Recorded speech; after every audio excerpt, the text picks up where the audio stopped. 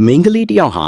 သူ့ရဲ့ကွယ်လွန်သွားတဲ့ဖခင်ဖြစ်ကူခြံထားခဲ့တဲ့ဟောင်းနှမ်းနေတဲ့တစိပ်ပြားလေးတစ်ခုတည်းကနေမမျော်လင့်ထားတဲ့လျှို့ဝှက်ချက်တစ်ခုကိုစတင်တွေ့ရှိခဲ့ပါတယ်။ဒါပေမဲ့သူမအသေးစိတ်ကြည့်ဖို့စူးစမ်းနေတော့မှပဲအမိဖြစ်သူရဲ့အော်ခေါ်တန်ကသူမရဲ့အာယုံကိုဖျက်တောက်ပစ်လိုက်ပါတယ်။ဖခင်ဖြစ်သူကွယ်လွန်သွားပြီးကတည်းကသူမဟာဒီအိမ်မှာမိသားစုရဲ့အေးဆက်ဆက်ဆံမှုတွေနဲ့ခွဲခြားဆက်ဆံမှုတွေကိုပဲခါးသီးစွာခံစားခဲ့ရတာပါ။အမိဖြစ်သူဟာဖခင်ဖြစ်သူစုဆောင်းထားတဲ့မြငွေကြီးတွေနဲ့အိမ်ကြီးကိုသူမရဲ့မောင်လေးကိုပဲအကုန်ပုံပေးခဲ့ပြီးသူမအတွက်တော့ဘာမှချန်မထားခဲ့ပါဘူး။ဖခင်ဖြစ်သူအသက်ရှိစဉ်ကသူမကိုအချစ်ဆုံးဖြစ်ခဲ့ပေမဲ့အမွေခွဲဝေတဲ့အခါမှာတော့သူမရရှိခဲ့တာကဒီတန်ဖိုးမရှိတဲ့တန်တစိမ့်ဟောင်းလေးတစ်ခုပဲပါ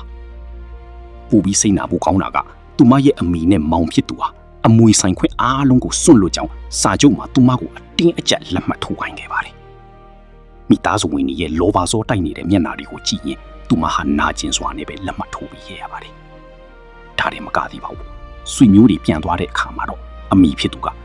မောင်လေးကစာကြည့်ခန်းလိုချင်လို့နေအခုချက်ချင်းအင်းပေါ်ကဆင်းပြီးဆိုပြီးစိန်ကားတဲ့စကားတစ်ခုကိုပိုပါပါပဲပြောချလိုက်ပါတော့တယ်။ငေးစဉ်ကလေးကအပိတ်ခံဖြစ်ခဲ့ရတဲ့သူမဟာဒီအိမ်မှာသူမအတွက်နေရာမရှိတော့ဘူးဆိုတာသိလိုက်ပါပြီ။သူမမငိုခဲ့ပါဘူး။အာတင်ပြီးအိမ်ပေါ်ကနေဆင်းလာခဲ့ပါတယ်။အခန်းကြီးလေးတစ်ခုကိုငှားပြီးအခြေချနေထိုင်ရင်းမှာဖခင်ဖြစ်သူခြံထားခဲ့တဲ့တစိပ်ပြားလေးကိုတတိယသွားခဲ့ပါတယ်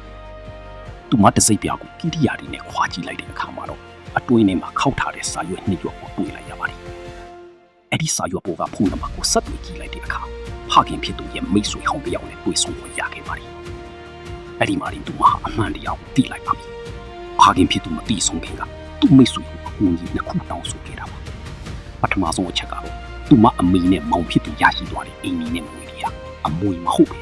ကျူးလူတီတာဖြစ်တယ်ဆိုတာပါပဲ။ဖခင်ဖြစ်သူရဲ့စီးပွားရေးပျက်စီးသွားတဲ့အခါအိမ်ကြီးကိုအပေါင်းဆိုတာကြီးရပြီးတတ်မှတ်ချက်အတွင်းကျူးမဆက်နိုင်ဘူးအားလုံးသိသိခံရမှာဖြစ်ပါတယ်။သူမရဲ့အမေနဲ့မောင်ဖြစ်သူကအမွေဆိုပြီးတတ်မှတ်ကြစွာစီးပိုက်လိုက်တဲ့အရာတွေဟာတကယ်တော့ဒီဝါဒီခံထားရတဲ့အကျိုးပုံကြီးတွေကဖြစ်နေပါတော့။လိုပါနောက်ကိုလိုက်ခဲ့တဲ့မိသားစုကအခုတော့ဘာမှမရှိနေဘူး။အကျိုးတွေနဲ့နှပန်းလို့ရပါတော့တယ်။ဖခင်ဖြစ်သူကသူမကိုချစ်လုံးလို့ပါဒီဒုက္ခတွေကနေကင်းဝေးအောင်ပဋိယာယနဲ့ကိထုတ်သွားနေတာပါ